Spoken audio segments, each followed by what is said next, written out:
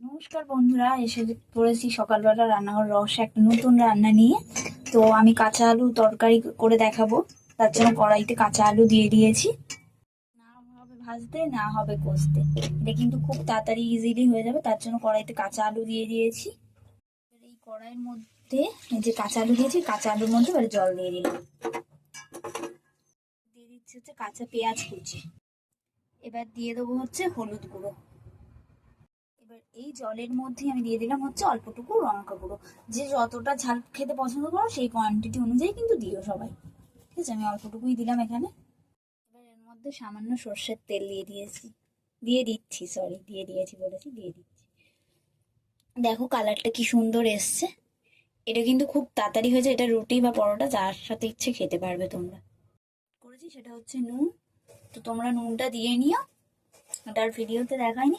এটা চাপা দিয়ে রেখে দিলেই রেডি হয়ে যাবে। সুন্দর একটা আলুর তরকারি, তার সাথে গরম গরম ফুলকো ফুলকো রুটি। এই আলুর তরকারিটা কিন্তু রেডি হয়ে গেছে। এদিকে আলুও সেদ্ধ হয়ে গেছে দেখছি ফুটে ফুটে।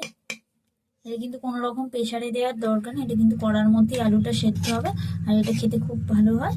তো ভিডিওটা কেমন লাগলো, এত সহজ পদ্ধতিতে আলুর তরকারির ভিডিও, অবশ্যই আমার কমেন্টে জানাবে। আমার চ্যানেলটাকে সাবস্ক্রাইব করে দেবে। দেখা হবে নেক্সট ভিডিওতে। টাটা।